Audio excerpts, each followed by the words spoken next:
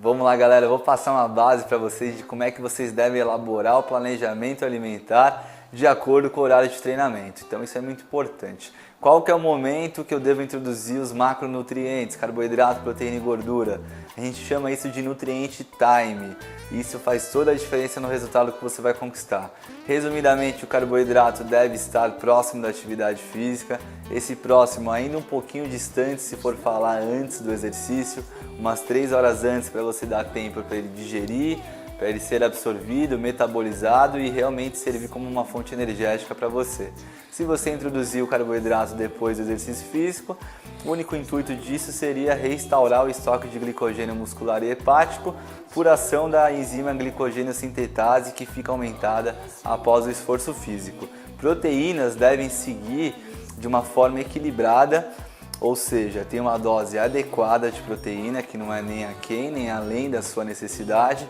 Esse cálculo o nutricionista que te acompanha que deve fazer, mas passando para vocês já terem esse tipo de conhecimento, gira em torno de 0,25 a 0,3 gramas por quilo corporal por refeição, certo? E aí a última refeição do dia a gente precisa de uma dose superior, que na verdade é praticamente o dobro, em torno de 0,5, isso se falando de adultos jovens, certo? Não se falando de idosos nem de crianças. Então adultos jovens, aí numa faixa etária de 20 a 40 anos, basicamente, essa é a referência. Então proteína tem que ser consumida de forma fracionada, aparecer em todas as refeições. Se você tiver café da manhã, lanche da manhã, almoço, lanche da tarde, jantar e ceia, todas as refeições devem conter essa dose ótima. Lembrando novamente que a ceia, a última refeição do dia, deve conter uma dose praticamente dobrada de proteína para evitar o famoso catabolismo noturno. Então você consome mais proteína para que você tenha uma sobra, vamos dizer, proteica, para que você consiga persistir com um ambiente pelo menos anticatabólico durante toda a noite. As fontes de proteína indiferem, você não vai ter um resultado superior com whey protein comparado a um alimento. Só que hoje a rotina de todo mundo pede praticidade. Então se você não conseguir se alimentar na quantidade que foi solicitada, não fique defasado, suplemente. Então o suplemento não necessariamente vai aparecer perto da atividade física, ele pode aparecer distante do esforço físico. Mas, por exemplo, qual suplemento eu vou utilizar?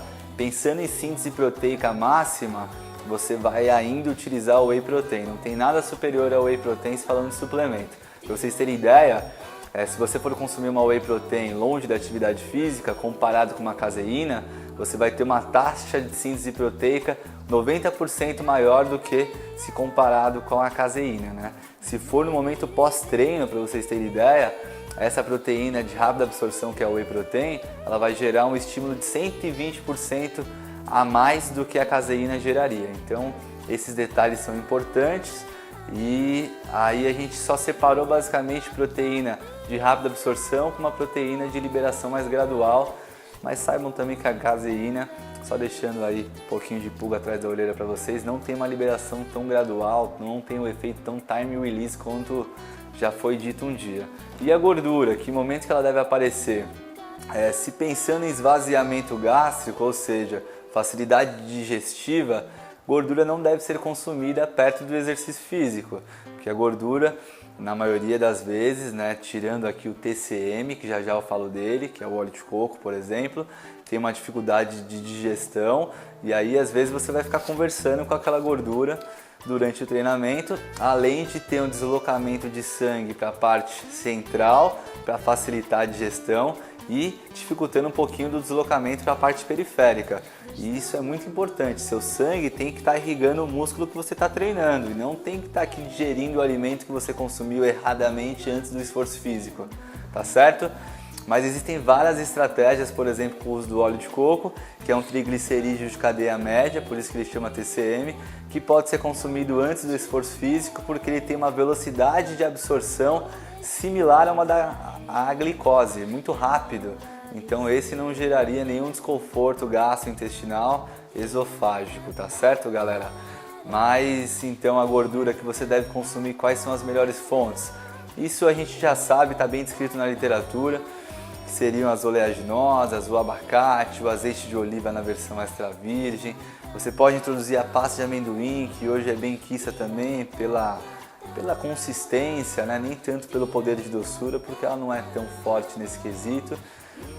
Outra opção que você pode introduzir é a gema de ovo, que hoje também a gente beneficia-se com o consumo diário, por ela conter bastante fitoquímico, que são substâncias que têm potencial de gerar tanto sinalização para a produção hormonal, quanto regeneração de tecido, tanto também uma dificuldade, ou na verdade uma facilidade para você diminuir a velocidade de envelhecimento, né? São os efeitos dos antioxidantes que a gente comenta. E tem as outras gorduras que hoje são bem faladas também, como banha de porco, que em outro momento eu vou buscar abordar para vocês com mais detalhes, mas de resumo, consumam aquelas que a gente não tem controvérsia na literatura, que são as primeiras que eu disse: oleaginosas, abacate, azeite de oliva e gema de ovo. Essas são totalmente já bem descritas, que são boas para a saúde. Aí existe essa outra linha de trabalhar com gorduras mais saturadas, que você encontra alguns estudos demonstrando que não teve prejuízo, mas não teve um benefício maior. Então, e existem outros estudos demonstrando que houve prejuízo. Então, até o momento não tem nada melhor do que essas outras gorduras.